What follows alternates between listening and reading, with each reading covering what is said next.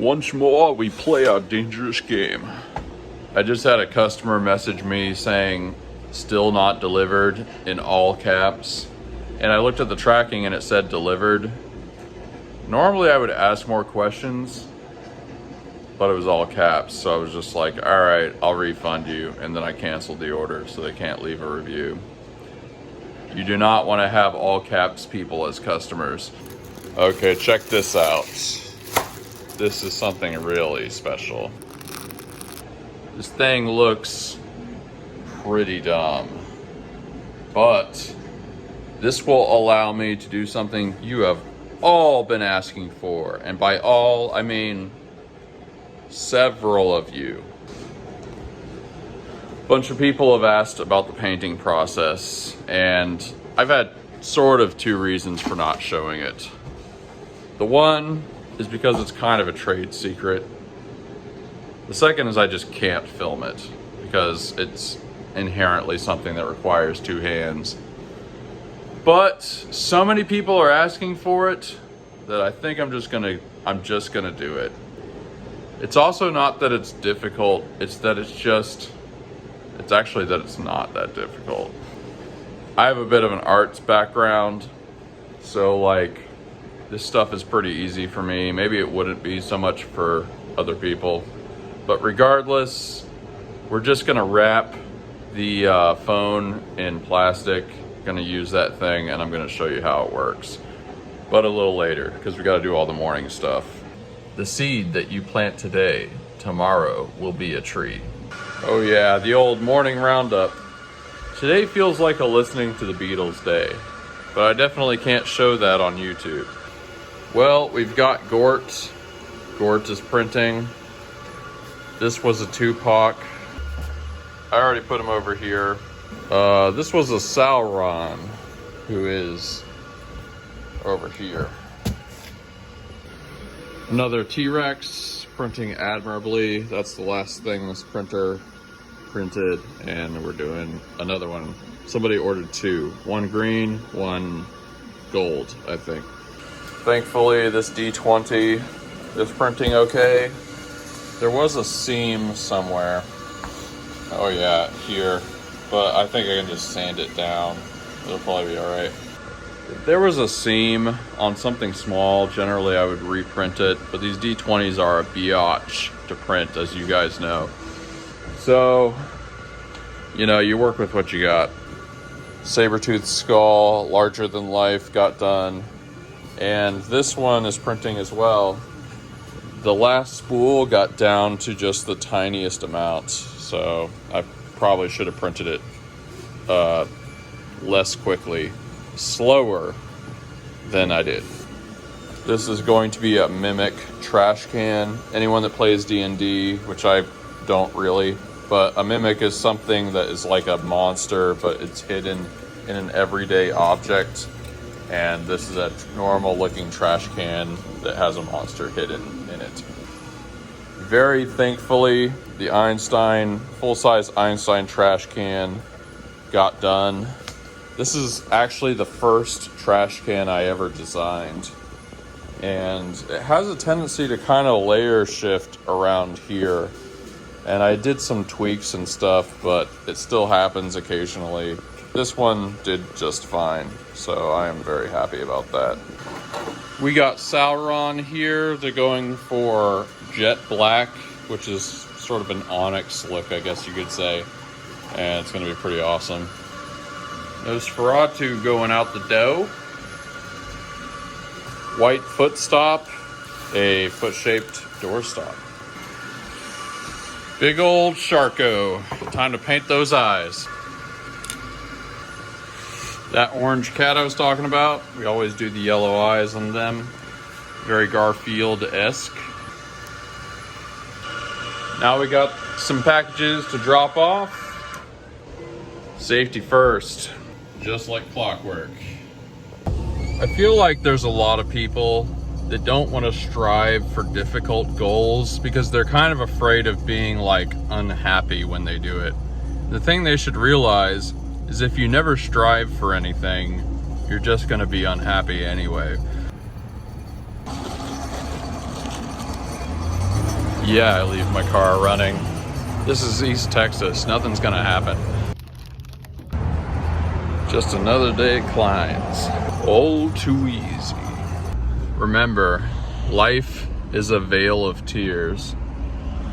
You can provide your own tears, or it'll give you something to cry about. I don't play woulda, shoulda, coulda very often, but I'm realizing doing this vlog that I should have been doing this back when I had a vending machine business 14 years ago or something, because I was on YouTube at the time. I just didn't upload regularly rather. But it would have been so interesting to see like the inner workings of a vending machine business, especially in the early days or early-ish days of YouTube. Like, people would have watched that. I also thought of that because I would want to go back and watch and remember how I did everything. That was an international shipment. Figured I would just bring it here. By the way, the thing that made me think of that Veil of Tears thing, I was in a metal band called Veil of Tears. It's a pretty cool band, but the drummer was a literal insane person, as in like he had been in a mental institution before. And you could tell, but he was insanely good, and I mean both parts of that phrase. The new Corvettes, completely cool, except they don't have flip-up headlights. To me, Corvettes stopped being Corvettes when they stopped having flip-up headlights. My first car was a 1974 Stingray Corvette that was 3 different colors. I worked one summer really hard and saved up $3,800, which was at least double the amount of money that it is now. And I never really quite fixed it up, but I did end up selling it to somebody for a profit. I consider that my first business deal. The thing I'm not gonna cry about or have flip-up headlights is a giant cup of coffee. The coffee we drink in life echoes in eternity.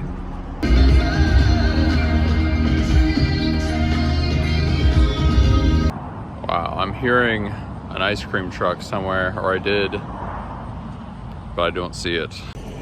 I'm old enough that I remember when direct deposit was not the default way to get paid from a job.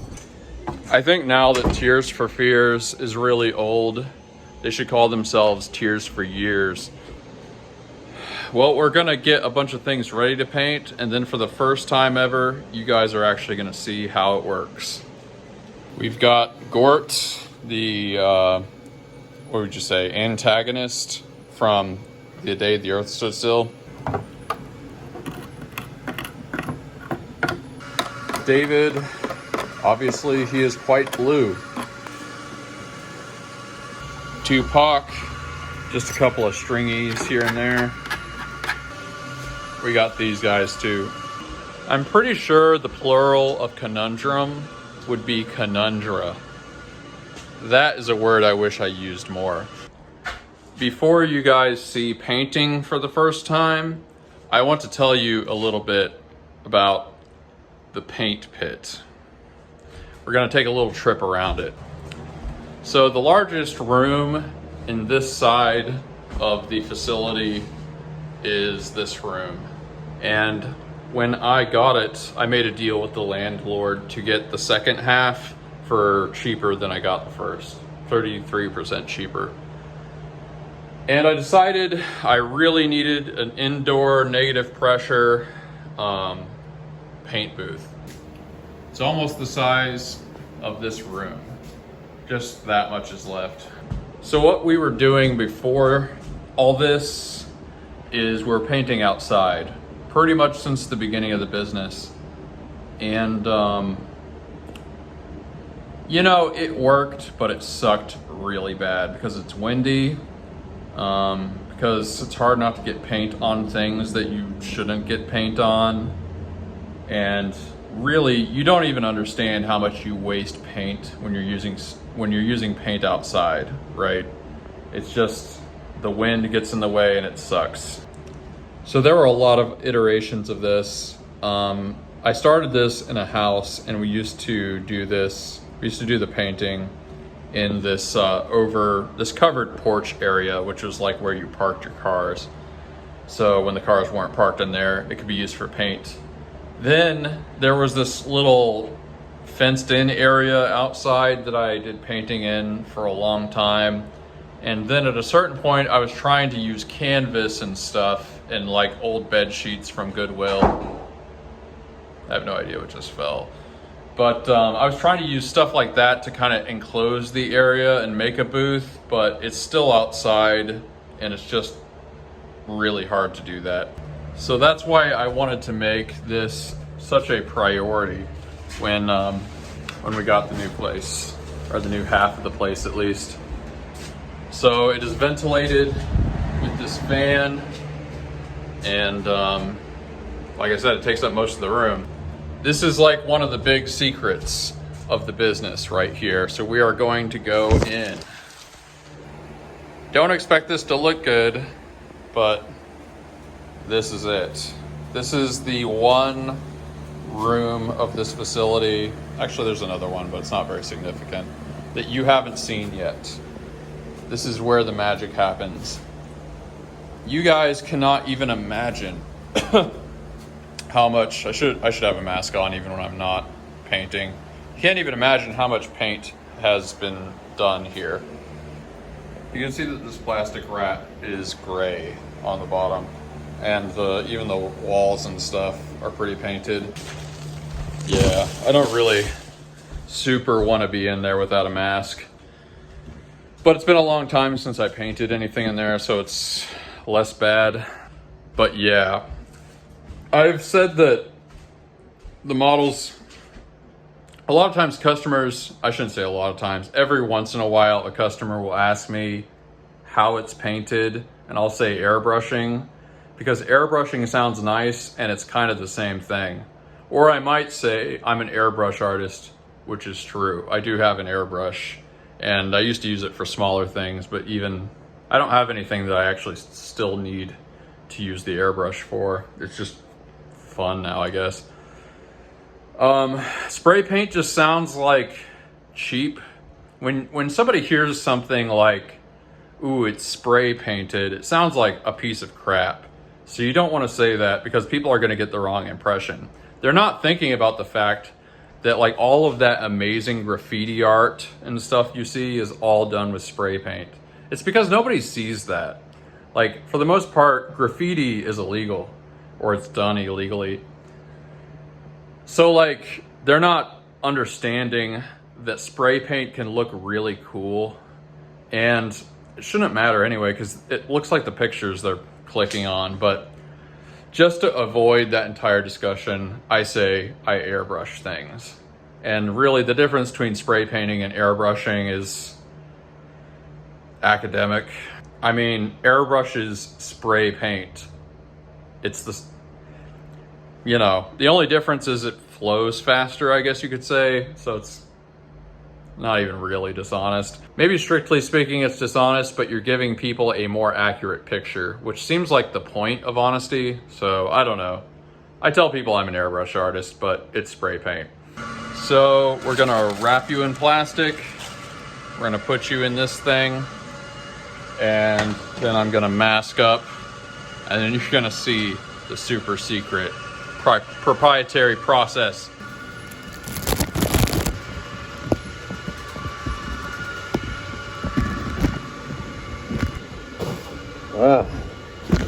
Wow.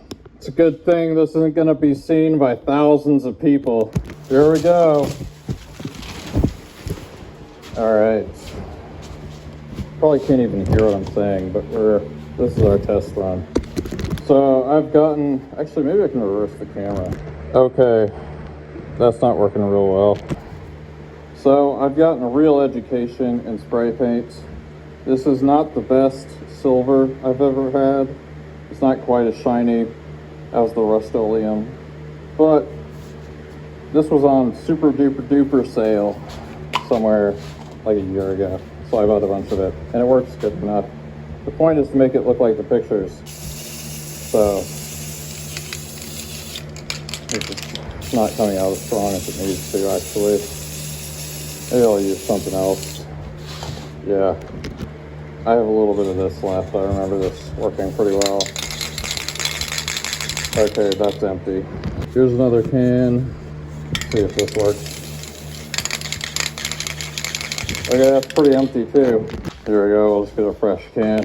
Now if this doesn't work, I'm really gonna lose my marbles. There we go. Yep.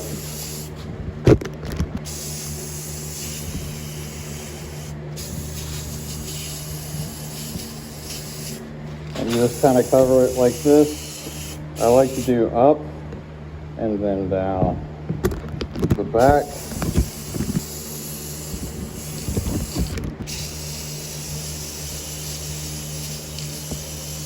Get it to where it's looking about like that.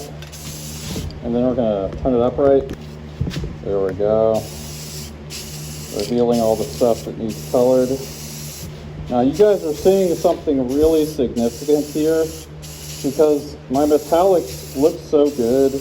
I have people messaging me all the time that say stuff like, what kind of filament are you buying that gets this rich metallic look? And I'll tell them because, well, actually a lot of times what I'll say is I make my own filaments, which is true, but irrelevant to their question. The lighting is kind of not that good in here, but this is quite shiny, I assure you. You got to remember you're in a lighting environment where everything is covered in at least one layer of paint. Next, we're going to grab this guy. With these guys, there's so many crevices and stuff that kind of doing it upside down like this is the way to go, at least at first. Yep. You can even do a couple layers if you need to. I think I do want to do 2 layers since this started out solid blue. So we'll let that dry for a second so the second coat will stick to the first. Next we got Tupac. They ordered a white Tupac, which I don't know if that counts as sacrilegious or not, but that's what they want. So, yep, doing kind of the same thing here. Yep, probably gonna do the same thing here. Let this first coat dry so we can put another coat on. Next, we've got this metallic. This is the sort of antique-ish gold looking paint. We're going to use it on the T-Rex wall hanger. The thing that really sucks about this one is it comes out rather slowly. This was on an amazing sale at Ollie's. I think I bought like 20 of them. There we go, starting to get a nice look to it. Now with these arms, I like to spray up under here and around the edge first, so that when I place it, all I have to do is this part. So you just kind of do one of these. That's pretty simple, really. I kind of put that on too thick at first. I'm not used to having this big thing in front of my face while I'm doing this. There we go. Yep. Then we're going to turn these around. The reason they're on pieces of cardboard is so you can turn them. Turn them without touching them. Yep. It's starting to look good. We got these edges as well. You don't want to put, there's a real art to not putting it on too thick. There we go.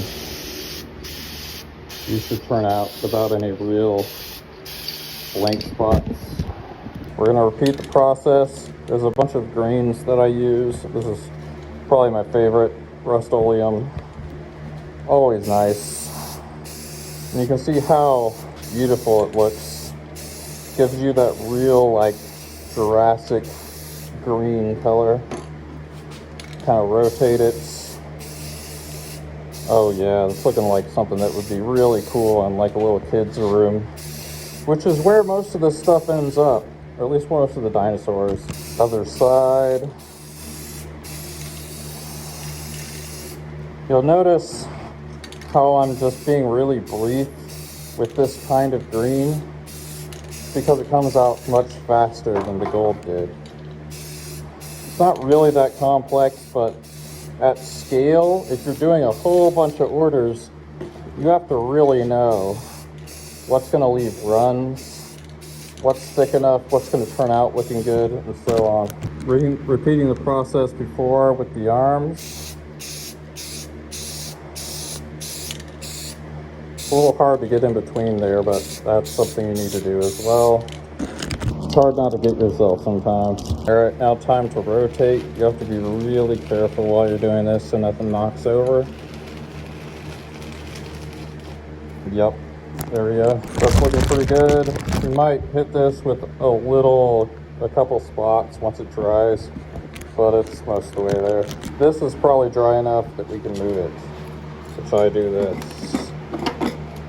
Yep, that easy. There we go. It's looking pretty good. We'll do a final check before it's all over. He's probably good to go. Put another coat. Usually even 10-20 minutes is enough for the paints in almost any brand to become at least tacky enough that you can do a second coat. Like, see the difference between that side and that side? And this is also going to get effectively a third coat in a lot of spaces because we're going to turn it up this way. But yeah. See, that's looking pretty good. Yep. Also hit the bottom. Some people get annoyed if there's not really a solid color on the bottom. So other than Tupac and doing the last check on here, we don't have a lot today, kind of because it's the weekend. Most of the stuff gets done in the middle of the week. But it's all looking pretty good, honestly. To be honest, I am totally ready to take this thing off. It's also, well, I don't know what that was. It's also really hard to have your glasses on at the same time, although I need to. Every time I go in there, it's almost like a sensory deprivation thing. Like I'm underwater or something. Gotta go get some boxes. Probably the last customer of the night. This may be one of the dumber ideas I've ever had, but it just might work. I just got a 1-star review and the person isn't responding. However, I have their address. So what that means is I can send them things.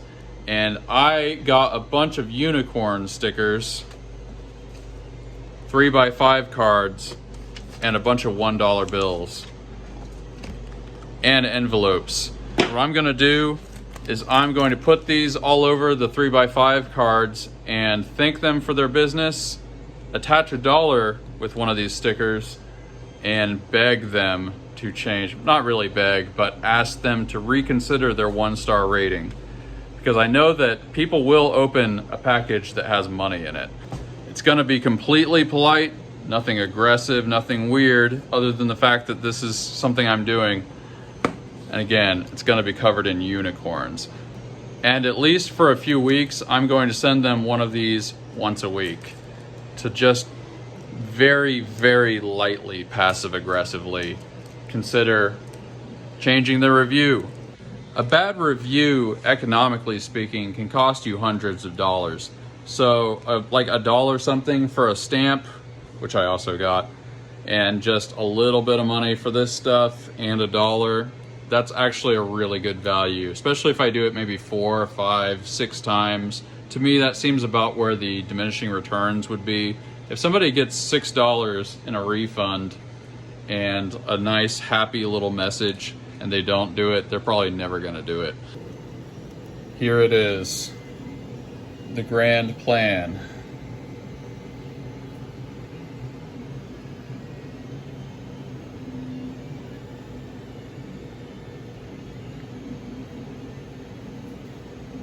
I mean, who could resist that, honestly? Look at this. I am so proud of this. This may be an incredibly dumb idea, but honestly, it's worth a try. Okay, I held this up to the light and you can't tell that there's a $1 bill in there because I folded it in half, plus there's a card. So it shouldn't get jacked in the mail. I'm actually gonna drop this off at the post office right now.